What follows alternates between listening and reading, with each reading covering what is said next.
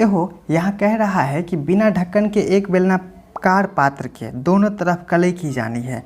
मतलब एक बेलनाकार पात्र है जिसका ढक्कन नहीं है, मतलब उसमें ढक्कन नहीं बना हुआ है। यदि पात्र के आधार का व्यास 1 मीटर तथा उसकी ऊंचाई 1.4 मीटर हो तो 2.25 रुपया प्रति 1000 वर्ग सेमी की दर से उस पर कलई करवाने का व्यय ज्ञात कीजिए।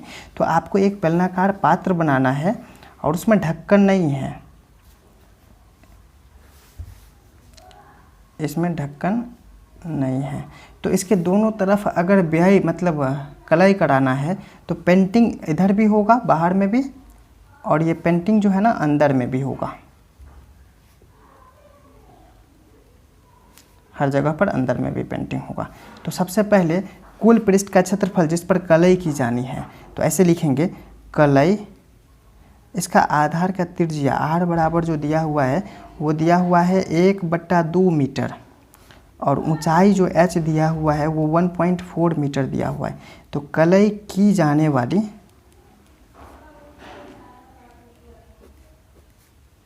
कुल पृष्ठ का क्षेत्रफल बराबर हो जाएगा यहाँ पर 2πRh मल्टीप्लाई 2। यहाँ ध्यान दीजिए बाहर भी पेंटिंग होगा और अंदर भी पेंटिंग होगा।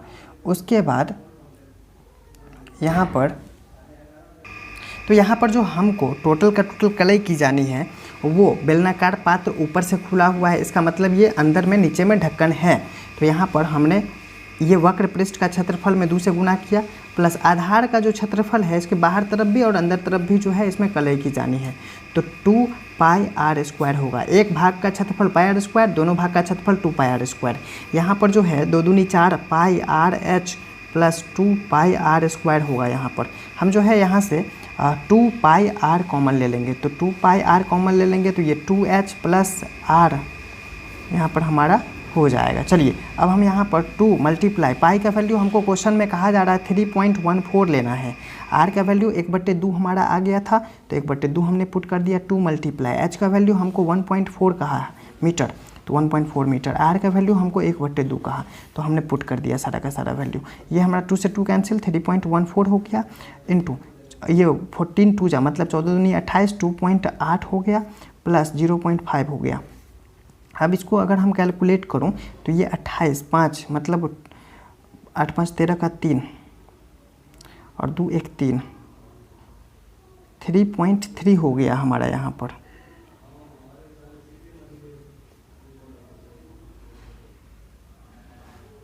चलिए 3.3। अब हम 3.14 को 3.3 से जब मल्टीप्लाई करेंगे तो हमारा यहाँ आ जाएगा 2 एक अंक और 2 एक 3 अंक के बाद पॉइंट हो जाएगा, मतलब ओवरऑल 10.362 मीटर स्क्वायर आ गया। इसको अगर हम सेंटीमीटर में कन्वर्ट करेंगे तो हमारा आ जाएगा 10.362 मल्टीप्लाई 100 मल्टीप्लाई 100 तो हमारा आ जाएगा 3 1 4 मतलब 10.362 इतना सेंटीमीटर स्क्वायर हमारा ये आ गया। अब हमको कुल व्यय कितना, कुल खर्च कितना होगा इसको फाइंड करना है। तो इसको फाइंड करने के लिए सबसे पहले जो है हम यहाँ पर कुल व्यय लिखेंगे, कुल व्यय या कुल खर्च।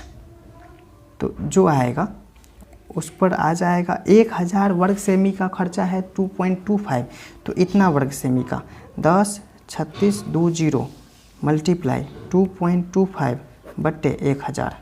अब यहाँ से यहाँ कैंसिल कर दिए। अब हम इसको कैलकुलेट करेंगे, ये हमारा कैलकुलेट करके आ जाएगा, ये हमारा वैल्यू आ गया कैलकुलेट करके 2331450